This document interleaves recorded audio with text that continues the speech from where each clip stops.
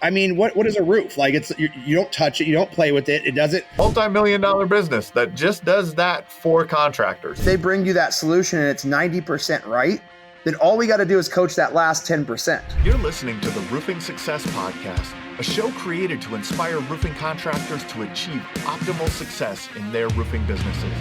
I'm the host, Jim Aline, the co-author of the books Internet Marketing for Roofing Contractors and The Best Known Roofer. I'm also the co-founder of Roofer Marketers, the leading digital marketing agency for the roofing industry. On each episode, I sit down with industry leaders to talk about their processes, the lessons they've learned, and how to find success in roofing.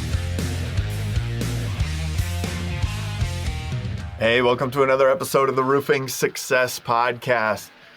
I'm going to tease it a little bit for the end. You guys got to listen to the end. You're going to learn how to, from my man, Kody Landals from the Pitch Pro movement, fellow coach of mine. He is selling millions of dollars virtually. So I'm just going to preface it with that. But first, let's get to know Kody a little bit. Kody Landals, Reimagine Roofing, Pitch Pro movement coach. What's up, man? How are you? I'm doing amazing. Having an amazing start to the new year. How about you?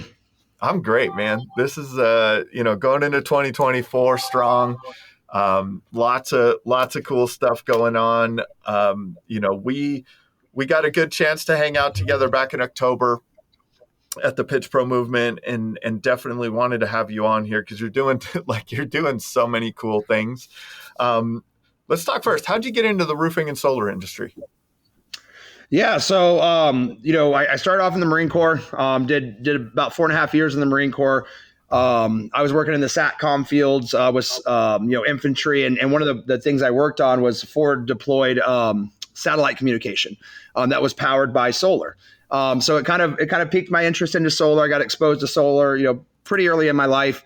And then I got out of the Marine Corps, went to ASU, and got a degree in sustainability. So I got a bachelor's degree in studying solar. And then I wanted to kind of decide what I was going to do with that degree. I wasn't really sure. I knew I was good at sales, and I knew I was good at that I want to do something for the environment. And so I stumbled across this job that was, selling solar door to door. And I was like, well, that's, personal sustainability. You'd have your personal impact. I could sell, and, obviously I could probably make some pretty good money on it. So I got into that, started working my way up, building sales teams, opening offices across the Southwest. And I kept running into a consistent problem. You can't put solar on a bad roof. And so a lot of times we were having to replace roofs in preparation for going solar. Well, when you're operating in 5-6 locations and you're using, 5, 6, 8 roofers, I mean, we're in the roofing industry. I'm sure you guys can imagine, kind of what my experience was like. And it all came to a head. There was a job going on in El Paso, and solar was supposed to be installed the next day. The crew called me. The job was 70, 80% done. And they said, hey, I need you to Venmo me the entire balance for the work, or we're not finishing. I was just kind of like, okay, there's got to be a better way. There's got to be, and so I wanted to reimagine the roofing industry. That's why I named the company Reimagine Roofing. And so I created a roofing company that was dedicated to the solar industry. And so that was our first couple years, really the first 2 years. We only did roofs for solar partners in preparation for solar install. And so that's kind of how I got into the roofing. And then it's evolved from there to where now we do a lot of direct to consumer, a lot of, commercial, metal, and just kind of really diversified now. But that is how I first got into the roofing industry. Yeah, that's awesome. And one of the things that you presented on in some of the conversations that we have, man, I think that you've had extremely fast growth. And I think that with extremely fast growth, there needs to be a high level of leadership in that, to make it right. And so I wanted to talk to you to start the conversation a little bit about your thoughts on leadership and as a business owner. Yeah, definitely. And I would definitely say that the biggest challenge, when you're scaling that fast is ensuring quality. And really where I got a lot of my leadership theory is in the Marine Corps, and one of the big things in the Marine Corps that they really are huge in is small unit leadership. So anywhere in the Marine Corps, no leader is in charge of more than 4 people at any given time. So you'd have 4 people in a fire team, and then you have a fire team leader in charge of those people, and then you have 4 fire teams make up a squad, and so you have a squad leader, but your squad leader is only in charge of your 4 fire team leaders, which are in charge of the members, and then the squad rolls up to the platoon, and so forth and so on. But even at the highest level, when you go up to the regimental or the division level, the regimental commander's only in charge of 4 battalion commanders, which is in charge of 4, company commanders, and so forth and so on. And the idea behind that is once you get over more than 4 people, you can't be intimately involved with their emotional well-being, and you can't truly know when something's off. But if you're only ever in charge of 4 people, when one of your 4 people come in and they're a little bit under the weather, or they're a little bit sad for that day, or they're just that 2% off, you're going to know instantly.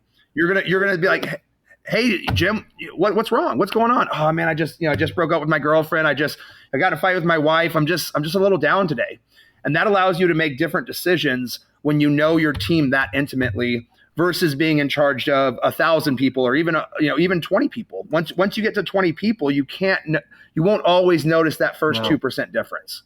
Definitely. Like I see that a lot. Like it's a, if you have if you're managing too many people, that one sales manager with 20 reps, there's no way that they can be successful. You're going to have your, but what you said, like in that individual relationship, right? You have to really be able to know. So how have you taken that practically into your org chart? Yeah, we brought it into the org chart by ensuring that each person, we have mini divisions, we have divisions, and then also on a regional level as well. Every region that we're in has a leader that is in charge of that region with a large amount of autonomy. With a comp plan that also reflects them being, basically a small business owner, because that's essentially what they are. And that is one of the largest keys to the success we've had, is that I treat my leaders like small business owners and give them that ability to be a small business owner in my larger business, because it just changes the way you think, it changes the way you act, and it changes the way you lead. And it makes a massive difference from what I've seen. How do you? This is always a challenge to me, and I think in that you want people to be entrepreneurial or intrapreneurial, right, within your business. Yep. How have you laid it out where you can make them feel that way, but not want to go and start their own company? What are some of the things that you've done there? Yeah, I think it just comes in being strategic with how you design their responsibilities. So for a lot of it, for example, they may not have to be responsible for lead generation. So we would have lead generation coming from a central location. Our communication all comes from a central location. So every single welcome call in my business comes from our Phoenix corporate office, even if we're doing a roof in New Jersey. So what it does is it allows them to go and just grow their business and not have to worry as much about running the business. Obviously, they still have to run it. They got to build good roofs. We got to have customer relations. We got to still have boots on the ground. But a lot of the basic admin stuff, if I can take that off your plate, that's very attractive. I mean, we all love to sell. We all love to build roofs. Like, who loves, doing job costing? That's not right. Many of us, right? So if I can take that off your plate, while still teaching you how to improve the profitability. And, then you're just looking at numbers. You're not having to calculate the numbers.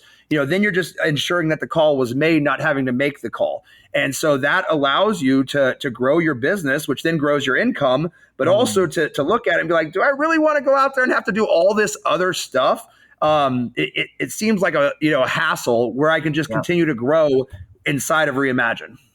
One of the things that makes me think of is that kind of the analogy or the thought of your dollar per hour, right? Like how much is that person worth per hour for that task? Like, should your regional manager, who is a high dollar per hour type of individual in your business, be doing low dollar per hour tasks? Have you kind of thought about that when you structure it? I don't know, man. I'm just like Yeah, that's what it a made me. hundred The first percent. thing it made me think of, like, 100%. That's why I'm laughing, because I literally had that exact conversation with one of my division heads this morning. It's like, hey, man, you are a division head. I need you to be doing things that only the division head could do. I don't need you towing equipment because you're trying to help out. Like one of the things I tell the team a lot is that if you go out and dig a hole for 16 hours a day, that's hard work. But that doesn't help the business. Just because you're working hard doesn't mean you're helping the business. And that's tough for sometimes, even for myself. I have to remind myself sometimes, I'll be in the weeds and I'm out here quoting a $7,000 roof because they called in at 7:00 at night, and I'm trying to just help the business out. But I use that analogy, and for a lot of people, it puts the light bulb on. You could go dig a hole for 16 hours, your hands would hurt. You'd be like, man, I worked really hard today, and you did nothing for us, on the larger scale of the business. Yeah. How do you break that down? How do you look at that? How do you frame that as a business owner? Like, what are those like high dollar tasks, the mid dollar, you know what I mean? Like, how have you broken that down in your mind? For me, it comes kind of to creation. Like if you have to be creative or novel or innovative, that's going to be high level. If I can, I wrote on my board to start the year, duplicate myself. And I had all of my division heads also write that on their board. If there's something that you can, outline step by step of how you do it, then that no longer becomes a high level task, because you don't have to think, you don't have to create, you don't have to, problem solve. And so that needs to be, moved down kind of the chain of command, because now it's systemized. And that is, that's how I kind of break it down when we have to innovate, or we have to create a new process or a new system or solve a new problem. That's going to require thinking outside the box. And that's where I put my kind of levels of leadership on, of, making sure that they're doing the high value tasks. Yeah. High value tasks. So, what other like, thoughts do you have? Like, you have your Marine Corps principles, the four, kind of groups of four. No one has more than 4 direct reports, high level business decisions. I mean, I don't know, just to put it in context, I don't know where you guys are now, but I mean, you went from like 0 to 2 million a month, like really, really fast. I don't know what you guys are doing now, but like to me, there's a lot of like, there's more to it. What are you thinking of? What's the more to it in that leadership that you're thinking about in there? Yeah, the biggest leadership kind of idea that's ever resonated with me is from John C. Maxwell, the 4 levels of leadership. He says the first level of leadership is that you're going to do it because you have to. I outrank you, or I'm your boss. The second level of leadership is you're going to listen to me because I'm really good at it. So I may be the top sales rep, and you're going to listen to me because, he's the top sales rep. So if I listen to him, he probably knows. The third level of leadership is once I become a teacher. So if I teach you something, if I teach you how to sell, if I teach you how to install a standing seam metal roof, you're going to be forever looking at me as a leader, because I've taught you something that now you can go out and earn more money, or you can go out and do it. And so that's the third level of leadership. And then the fourth level that I challenge all my leaders to, and I challenge myself to, is following somebody because of what they embody or who they are. And you look up to them as more than just your profession of, are they the first person into the office? Are they, talking about physical fitness and being physical fit? Are they, talking about nutrition and eating nutrition as well? Are they doing what they say they're doing? And once people start looking to you as a leader because of what you embody, that's when you are truly at the pinnacle of leadership. And that's when you can really help people begin changing their lives. And that's what we try to do here. Is one of the things I tell when people come into the company is, if you're looking for a job, this isn't the place for you. If you're looking for an opportunity, this is the place for you, because this is what we're doing. Is it's so much more than just a job, because we have leaders that are embodying, real personal development and really changing lives. Yeah. How how do you bring someone through those levels? How, because you're going to bring people in that are at a higher level that have the ability to execute on that, but are you also saying, man, you could start here because you said the opportunity, right? Like you could start here and our goal is to bring you to here. What's your thoughts on bringing someone from they could do a task or they maybe, they're doing something because they're being told to do it, to making those decisions, to being able to be a leader that other people want to follow? Yeah, it really just. Well, I mean, we do leadership training. We have a book of the month every month, so that's something that's really big in the company. One of the other things that I do is I reserve an hour a week for anybody in the company if they want one-on-one training. We have over 50 employees now, I think, but I always have an hour in two 30-minute blocks that if anybody wants, relationship advice, fitness advice, leadership training, sales training, anything you want in the world, I always have that hour open. And then we have scheduled leadership trainings throughout the week and other trainings. But the biggest thing is also teaching people just how to think differently.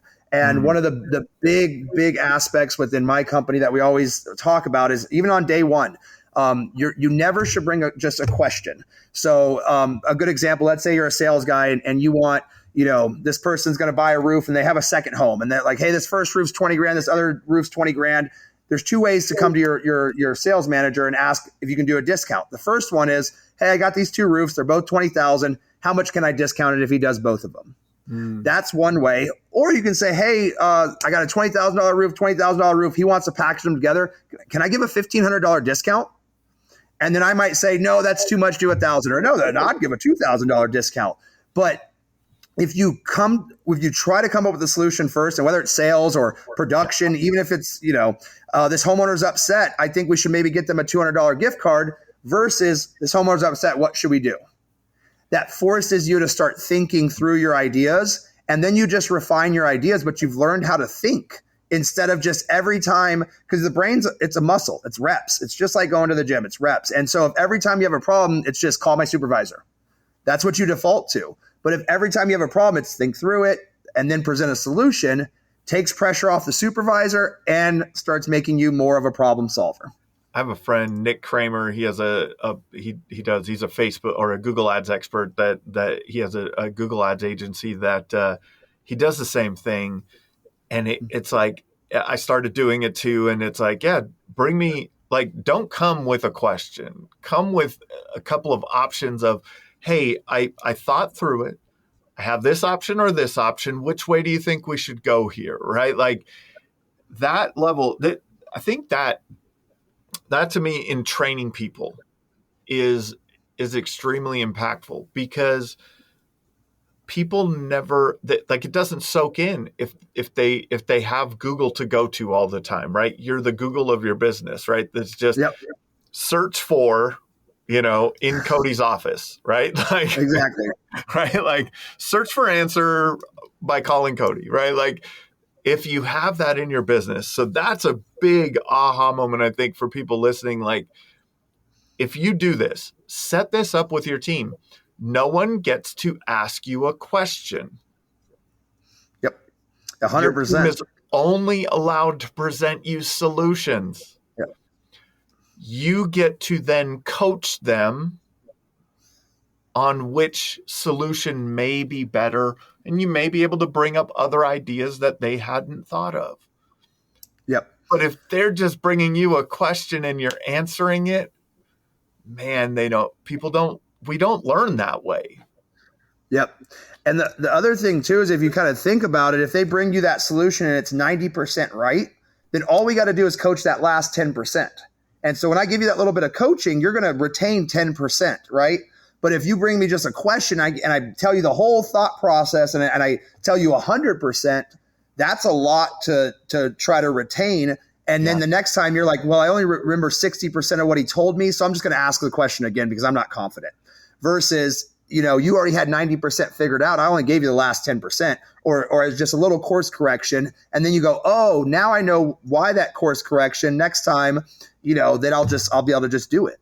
And so it really helps people level up a lot quicker. Another thing I think we forget about as entrepreneurs or business owners or as high-level managers is that it took us a lot of failures to get to the knowledge level that we have, right? Like it took a lot, man.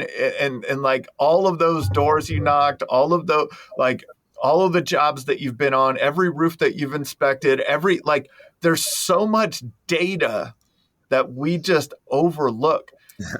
Yeah. You're a big fitness guy, right? Like there's like the way that you do an exercise or a specific lift or something, you're not going to do it perfect. But over time, you're like, now you go in the gym and you're doing your cleans and you're doing your stuff, and it's just like your form is like you never learned it. But there was a time when you learned it. I talk to my kids about this all the time. Like, you didn't know how to walk out at a point in time in your life. You understand that, right? Like you didn't know how to walk. Like we have, like, there's this path, there's a lot of learning that goes on, right? Like, so it's this, and we need that grace to our team, maybe, right? Sometimes we need that grace to our team that they haven't went through all of those losses, right? All of the lessons along the way. But we can help them create a processing system, maybe, right? Maybe that's a good way to put it. It's like we're installing a processing system in them. So that kind of leads me, maybe some bumpers up too. It could that's what we found success with is, let's say you're a project manager, maybe your first 60 days on the job, you're allowed to do up to $250 gift card without asking for permission after the fact. So they'll solve the problem, make the homeowner happy. And then it's, the first time there's one nail in the yard and they go get a $250 gift card and get to the homeowner. I'm like, hey, there's only one nail in the yard. You could have just said, I'm sorry, and done an extra cleanup. You didn't have to get the gift card, but we're only out $250, and at least you have the confidence to make that decision.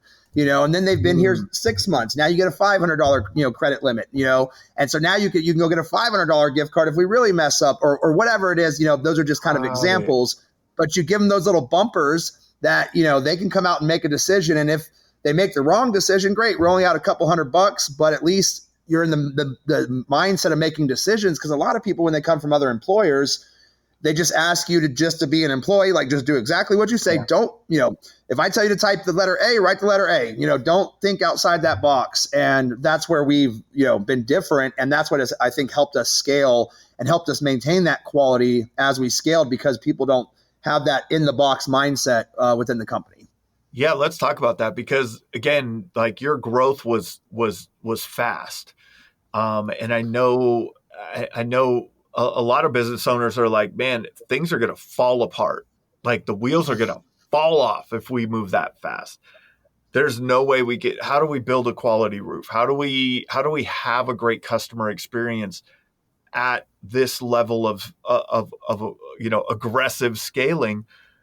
How have you maintained that through scaling, or maybe talk a little bit about your journey from in this of how you've scaled, what to fit, like you said, close to 50 employees now. I don't know what your top line is, but like you guys are crushing it. So, and I mean, not that it's overnight success. It's been some years, but it's like you've put in the work, but it's like, man, how have you maintained everything as you've scaled?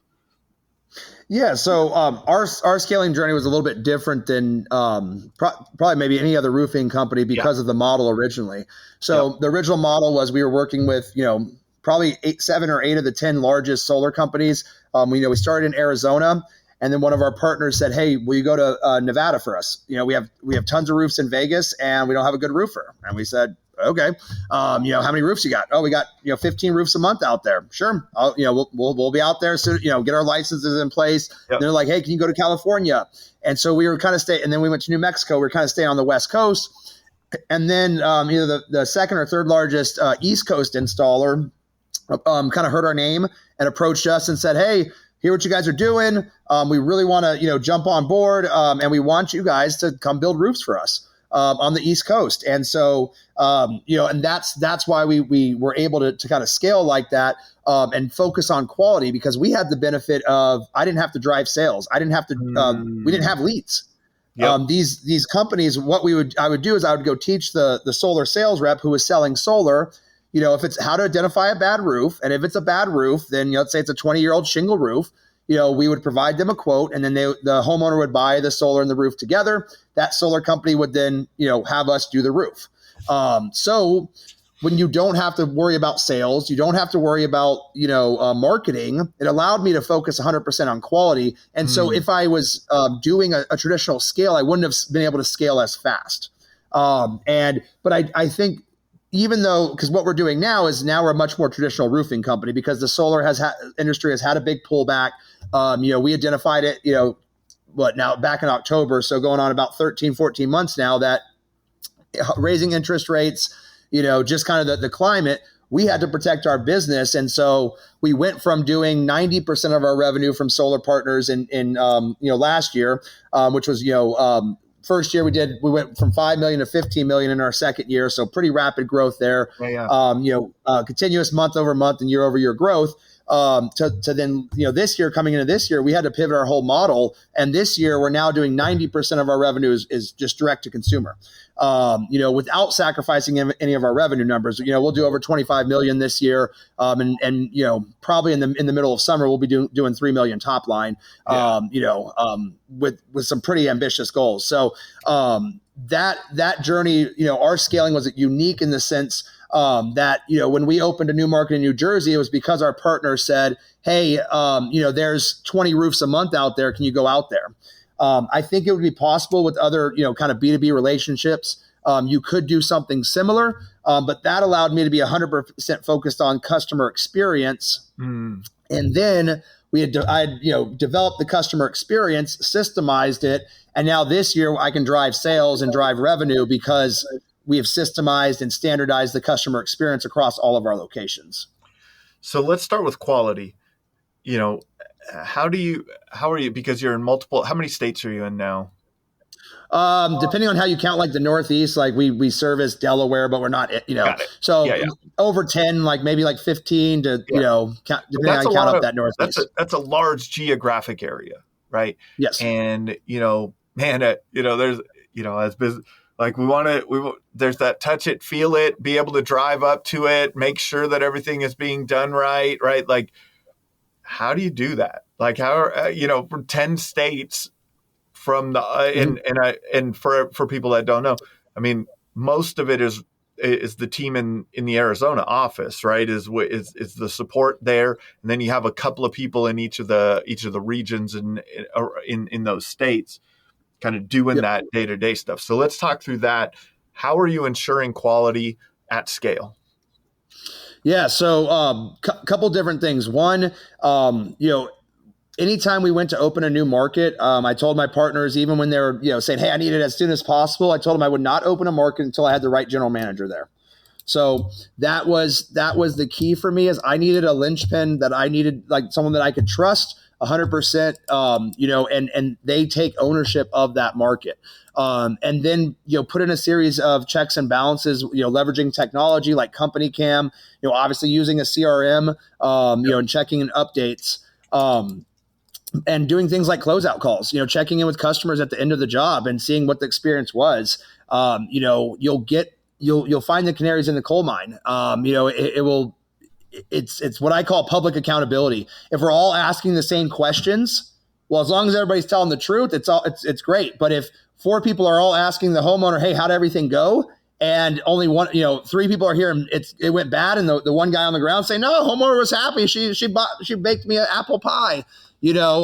Obviously that's, not the case. Exactly. So that, it's trust but verify. That's a key term, is that I trust my general managers, the boots on the ground to make the right decisions. But I'm going to verify as well through, photos, and what we do is we have both a project manager and a virtual project manager for every job. So somebody in Phoenix will be the virtual project manager, and they'll manage, 15, 20 jobs at a time. And their job consists of just sending text messages each day saying, day 2 of the build, we're 50% done, looking great. And you'll get things back. Yeah, everything's going smooth, but the crew showed up an hour and a half late today. No big deal. You guys have been awesome. Okay, so why'd the crew show up an hour and a half late? Is this a systemic problem? Was it just a flat tire? So you start getting that little bit of feedback, And if you're constantly checking in, just like if you're constantly checking in with your team members, your employees, you'll catch it before it becomes a massive problem, because you'll start just seeing the stuff on the margins. Like, nobody just goes from being awesome to not awesome overnight. It's usually kind of a progression of complacency, that they just get a little bit lazier, a little bit sloppier, a little bit whatever. And so if you have those, check-ins, that trust but verify, on multiple stages, and clear expectations. That's the other thing is, part of the comp plan, part of the requirements for my general managers are things like 5-star reviews, no complaints, or, not no complaints. Obviously, you're always going to have some, but addressing them in a timely manner. And it's not just, I don't care if you do $500,000 in a month, if 250,000 of that are angry and they're sacrificing, the brand. So it's I think it's either Charlie Munger that says, show me the incentive and I'll show you the outcome. And so if your incentive package for your leaders is not tied to the quality of outcome, it's just tied to revenue or profitability, that's all they drive. And then they'll sacrifice quality of install for revenue. Hey, we got to hit our numbers this month. Let's go build 10 roofs this week, even though we only have capacity for 8. And then you go pick up a random crew and then they do a bad install, and we've all been there before. So it's incentivizing the right things and making sure that they understand what's the primary focus and what's most important at the highest level. That's awesome. I think there's so much left on the table in closeout calls. There are actually businesses that are built on a closeout call. So there's a service out there that people know about that, like, they built their whole business on calling your homeowners after the job is closed and asking a series of questions and then asking for a Google review. Like, that's a whole business, like multi-million-dollar business that just does that for contractors, right? Like, it's crazy. But I bet you listening don't do it.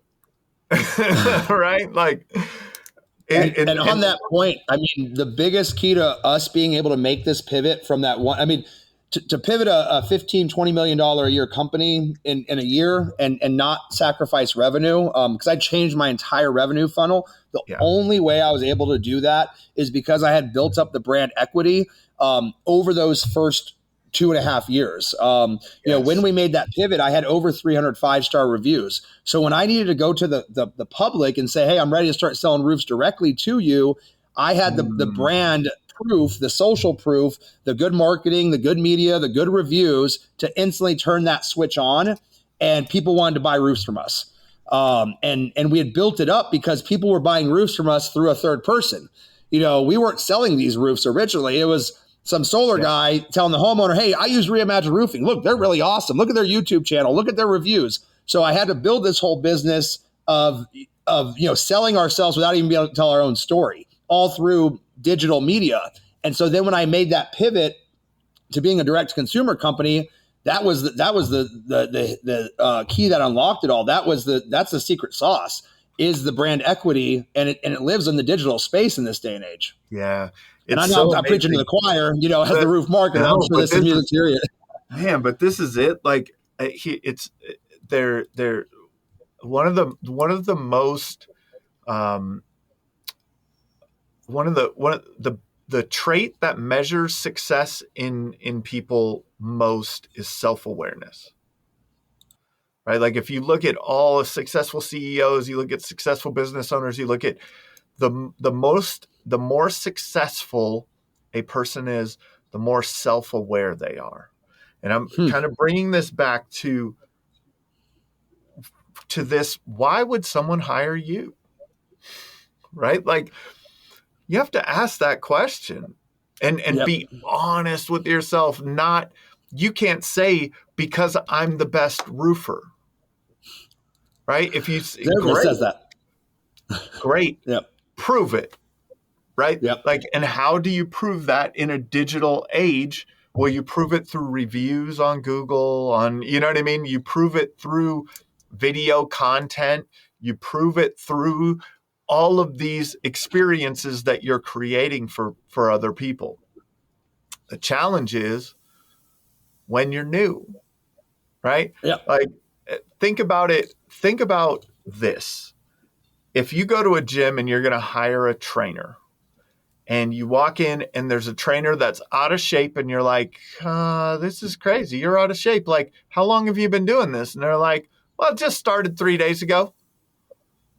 So how long have you been working out? Well, a week and a half, right? Like, are you going to trust that person to be your personal trainer? No. You walk into the gym and there's this super fit person, and they, like, you talk to them and you're like, man, this is like, yeah, I've been training people for 15 years, and like, there's this story of that now it's like, yeah, I want that person. I want to work with that person, not that person. So you, in that self-reflection, you need to be looking at, why would someone hire you? What you did very well, and I think a lot of sometimes I've seen this leveraged in a few different ways. To me, it sounds like you leverage those kind of referral relationships to build your brand equity. There's too many, like, I know another company that leveraged repair work to build that brand equity. Like, they would pretty much do repair work for free. No, sorry, not for free, for a review, right? Yeah. Like, let me just pop up here and do some, like, this cactus flashing, and we're good. Just leave me a Google review, right? Like, no big deal. Hey, let's just do this real quick. I could do this real quick, and just, hey, I'll take care of it. Just leave me a Google review. I know of a company that built up, 150, 200 reviews, just with that strategy. But what it does down the road, and what it did when you went direct to consumer then, is when they look you up online, and they will, it's like, yeah, Reimagine Roofing, man. Yeah, 300 something 5-star reviews. You got content on YouTube. You got all this. You have all of the things that invoke trust in people. Yep. So if you're not self-aware in that, if you're like, well, people should hire me because I'm good, prove it. Yep. Right? Like, Yep. so And if you're only doing 50 roofs a year, you should be getting 50 reviews, like, because you're reviews. intimately involved. Yep, that's when it was like, when I started this business, it was just two of us, just me and a production manager. So I was on every single job. When that job done, I said, hey, I'm trying to build my business. It would mean the world to me. I'm standing right here. Can you leave me a review? Hey, leave me a review. Like, I 100% review rate.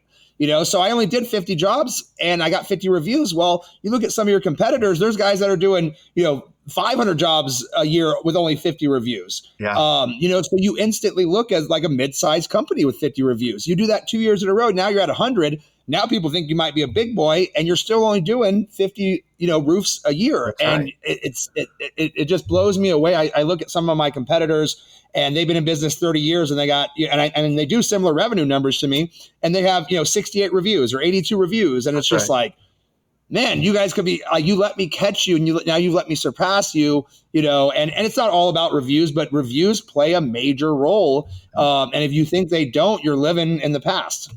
And you're not self-aware, right? It's how do you search? Because I promise you that you look at reviews. Like, it's very, like, you are in the minority if you are not looking at reviews before you're making a buying decision, right? Like, before you're making a phone call to someone, before you're choosing a restaurant to go to, before you're choosing a product to buy on Amazon, right? Like, it's all built on this, on that social proof, right? And that social proof is there. So if you have an opportunity to leverage the kind of, what I was thinking about with you, is you did a great job of leveraging what you had in front of you to what you will have in the future with that. So that's awesome, man. How else are you keeping 10 states, managers, all, project managers doing different things, different crews. How are you creating? Because I think that there's another piece of it. It's not just consistency and quality, it's consistency and customer experience that also plays into that. How do you scale in that regard? How are you maintaining or how have you built your customer experience, and how do you maintain that as you enter new markets or across the markets that you're in? Yeah, I think it's really about ensuring that you have systems in place, ensuring that it's the same job start process in California as it is in New Jersey. And for us, the virtual project manager really plays a huge role in this Hmm. because and we pre-sell the experience, and that would be the other thing I would say, regardless of what kind of company you are. Pre-sell the experience. So we're a very modern company. We use a lot of technology, and so on the when they first call in, we say, hey, this is the modern way to roof. Part of what people love working about us is we leverage technology. If you're just Kody's Roofing and you're a one man band, I would take the call and say what people love about us is they get to work with Kody. I'm the owner. You get these big corporate companies, the CEOs never even out on the job site. Tell your story, whatever that story is, Yeah. lean into it. But for us, it's that virtual project manager, and we let the homeowner know that that's going to be your main point of contact. You'll have the boots on the ground if you have any questions, but they build up some real great relationships, with those customers through text. And in this day and age, people love to text way more than a phone call, to be able to see their roof built because they get a company cam link every day. Of it, they'll see tear off, then they'll get the underlayment photo, and then they'll get the final photo if it's a 3-day job or whatever it is. But we tell them part of the sales process that what people love working about us is you'll be able to see your roof being built in real time, whether you're at work or sitting on your couch. So you don't even have to go out there and try to watch the crew. You'll be able to watch it from the air conditioning or the heat of your house. So we've pre-sold the experience. And so when they get those links, the project manager has a role to play, but his role is more in the crew, managing the crew. He still says hi. He still says, does his thing. But we've now made it that they feel that company cam link is what it makes them feel comfortable. And so now the crew can just do their work because there's nothing worse. I mean, we've had it where someone puts a lawn chair in their front yard and they just sit there. Oh, why is that guy throwing something off the roof? Your guys showed up from lunch 5 minutes late, and it's just like, that's just what they think they should do as a good homeowner. And so if you can kind of coach your homeowners too on, hey, look, you're going to be able to watch it. It's going to be like you're up there with us. And then they don't come back and, and kind of overmanage the project. But we just set the stage of what their experience is going to be. And in life, it's all about expectations. If Yeah. I tell you I'm going to give you $10 for free and I give you 5, you're mad. If I don't tell you anything and I give you $5, you're happy. It's all about expectations. So set your proper expectations. And my favorite thing I tell everybody in the company is just do what we say we're going to do. That's all you got to do. And don't overpromise. Just say what you're going to do and do it. It's an overarching theme, right? This will probably be like episode 183 or 185 or something like that when it comes out. It's an overarching theme of successful contractors that I talk to. It's do a good job for customers. Like do what you say, take care of them. Something happens, fix it, move on, do a good job. Just do a good job. It's kind of at its core, it's very simple, right? Like there's a lot of moving pieces in doing a good job. There's a lot of moving pieces in customer experience. One thing I like about what you said, like with the company cam links and the person that's dedicated that customer communication, people on the listen to the podcast a lot hear me say this all the time, but it's like if your customer is wondering, you're losing. Like your trust is you're losing trust. If your customer is wondering about anything, if they're wondering why you're doing that, you're losing. If they're wondering when someone's going to be here, you're losing. If they're anytime they're wondering, you're losing. So, having that person that's dedicated to that customer communication, they're never wondering. How do you deal with like customer, because that's customer experience, but is that person in charge of like customer service also with that homeowner? Like if a homeowner has a question, they know exactly who to reach out to and how to reach out to them, and how is that framed? Yeah. So, we kind of that they're your first line of defense. Like, so if anything comes up, shoot them a text because we just say, hey, they're always in front of the computer. They're an office worker.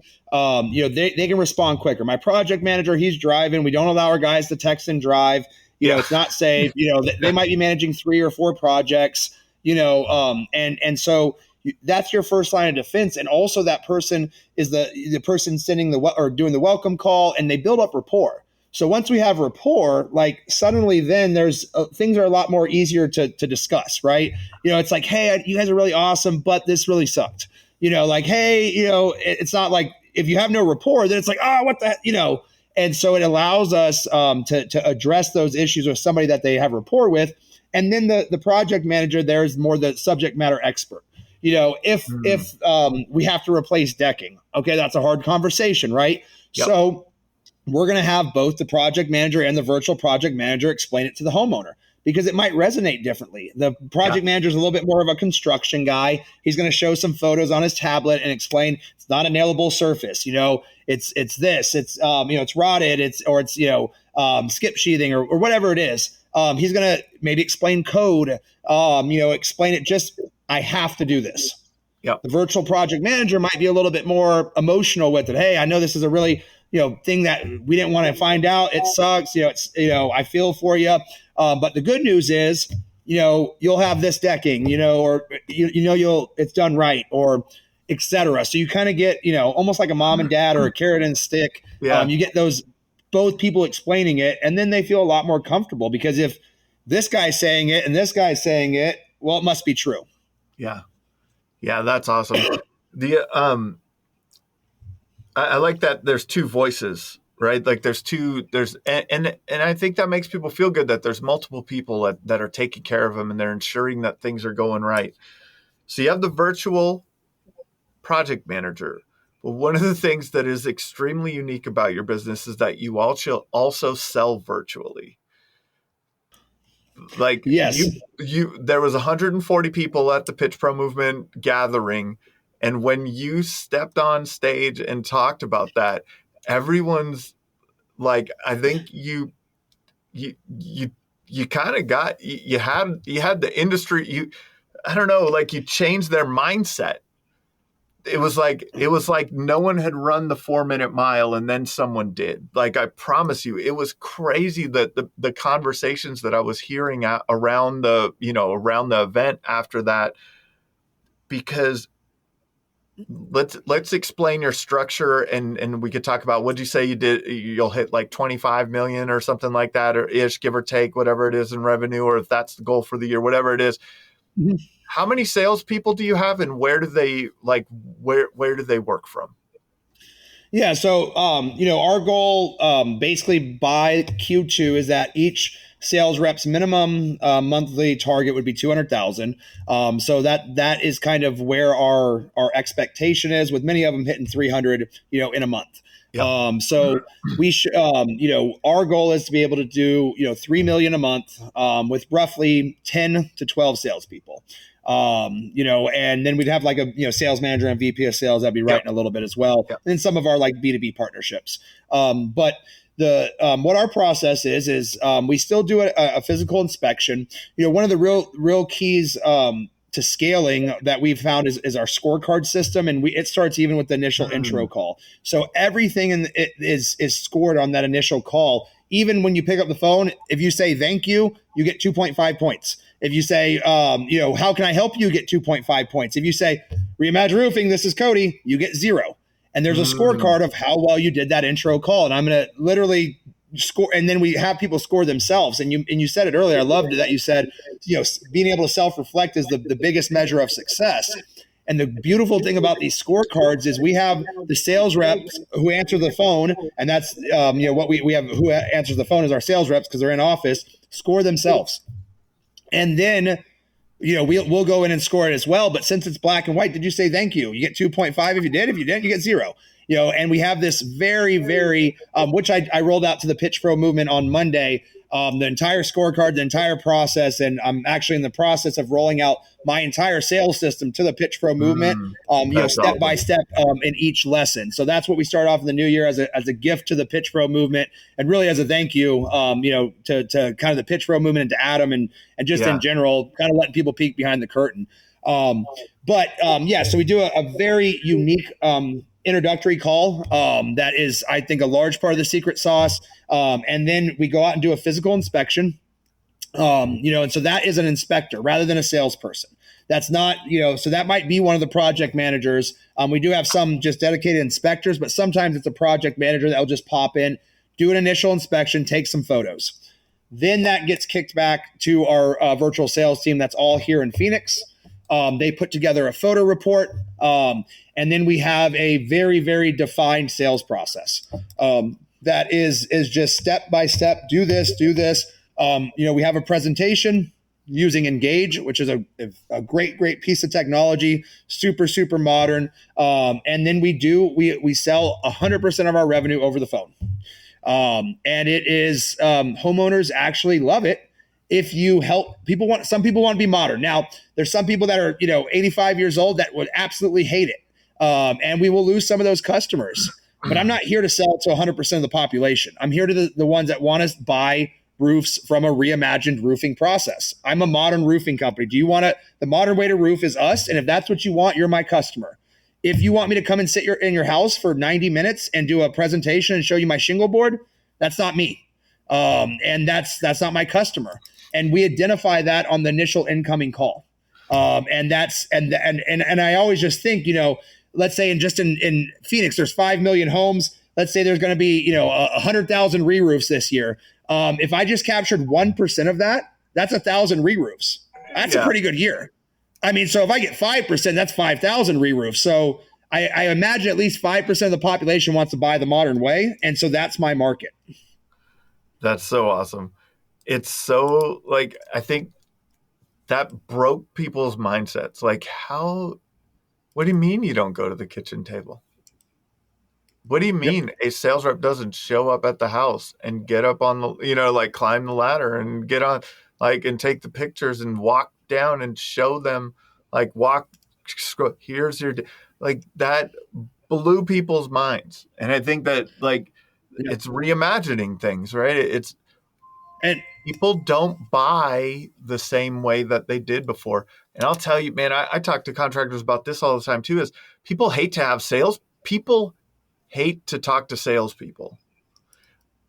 To have one salesperson in your house, or potentially 3 or 5 salespeople in your house, if you're really shopping, my goodness, that's a terrible experience for most people, right? And if you think about it, sorry, go ahead. No, go for it, man. If you think about it, if you can buy shoes without trying them on, like Zappos, if you can buy a car from Carvana without driving it, I mean, what is a roof? You don't touch it, you don't play with it. It doesn't, it's a transaction that you can be educated 100% digitally. You don't need to touch anything. I mean, people are buying homes without seeing them. Yeah. You think people can't buy a roof without talking to you in person? That's crazy. Especially when it's such, for a lot of people, it's something that they don't want to do. So imagine if you have to buy an air conditioner, right? It's man, maybe we got to replace the air conditioner. We know we got to do it, but I really don't want to do it. And so anytime you don't want to do something, the longer you have to do it, that's the worst. So if I can make it super easy, and it's I got to bite the bullet for 10 minutes and have a quick conversation, just get it done, whatever. I don't want to think about it because I don't want to replace my roof. And so we've made it so easy. We've brought down the level of tension of buying the roof. And it's just I know I got to do it. Yep. Okay. I mean, great. Let's just get it done right now here. And we also pre-sell it on the initial process. It's hey, look, we can either do it the traditional way, but most of my homeowners are busy, probably like you. You sound pretty busy, right? So wouldn't you prefer to be able to just do a quick 15-minute review call so we don't get in your house, have to beat you up? You got to clean the whole house for me before I come over. So doesn't that sound more enjoyable? Oh, man, that sounds awesome. So guess what? When you come along and say, hey, man, I need to come down and sit for 60 minutes in your house, they're going to be like, ugh. What do you mean I can just buy from Reimagine? That seems way easier. And it's just how consumers want to do business now. We sell a lot of roofs through text message. Would you rather somebody call you, rather somebody text you? Yeah. Again, it's about being self-aware, like you said. And I think about it all the time. When I went to buy an air conditioner, I really self-reflect on how it made me feel. I was I don't want to have to call these guys. I just want to, I just want to be able to get my air conditioner replaced. Whatever, I'm going to get a new train and it's going to be $12,000.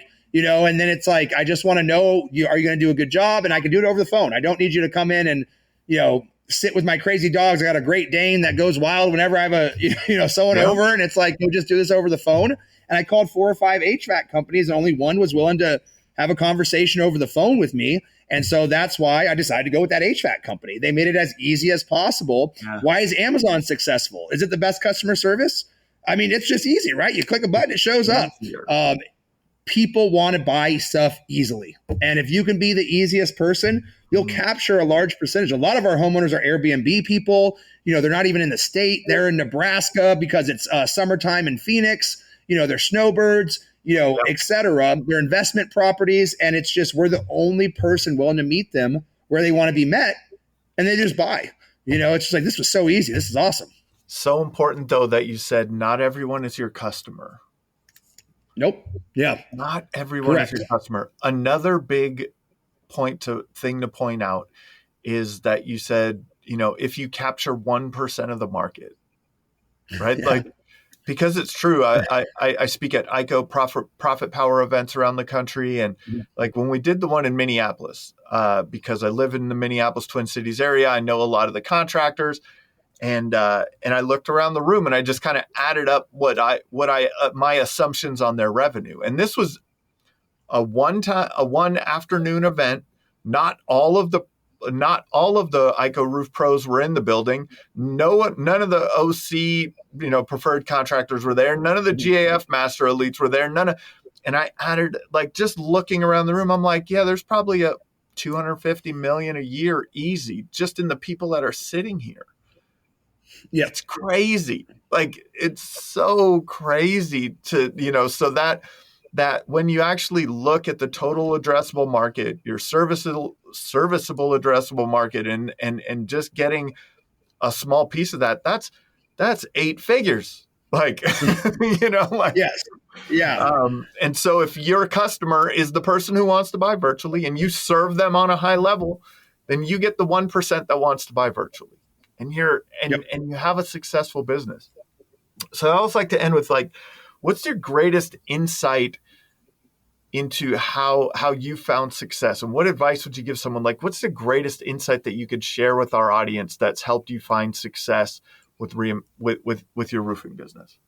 It comes from Alex Ramosi, and it's building a business is hard. This is what hard feels like. And I tell my team that a lot. Like some of my leaders are like, man, I feel like we're going in 1,000 directions and this is, crazy. We're one of the fastest growing roofing companies. Like, I don't know if we can do this. And I just say, this is what hard feels like. And they're like, you're right. Okay. All right. Awesome. Let's go. Our book of the month this month is Chop Wood, Carry Water. It tells the story about this guy that's trying to talk to this Zen master and say, what's the secret to Zen? What's the secret to enlightenment? And all he says is chop wood, carry water. And every day he gets up and he chops wood and he carries water. And that's just what he does every day. And he finds so much joy in it. And every day goes by, this guy starts chopping wood and carrying water. And through the book, he finds, the enlightenment is through in being able to enjoy the grind, being able to enjoy, the journey, and just being able. And I liken it back to fitness. Like, I love going to the gym. The first year you start going to the gym, or the first year you start getting fit, like it's brutal. But then eventually you get over that cusp, and it's like, man, if I don't go to the gym today, I'm going crazy. Like, it's almost gym time. Let's go. I got to get all my stuff done. And so now you embrace that, you love that, and that if you can love the grind, if you can love the journey, everything else becomes easy. That's awesome, man. Kody, thanks for your time, man. This has been another episode of the Roofing Success Podcast. If you would like to generate more revenue through your digital marketing efforts, please visit roofermarketers.com to get a copy of the book, The Best Known Roofer. Also, check the training section of the website for guides on everything from running effective pay-per-click ads to how to properly set up your Google My Business listing. Thanks for listening.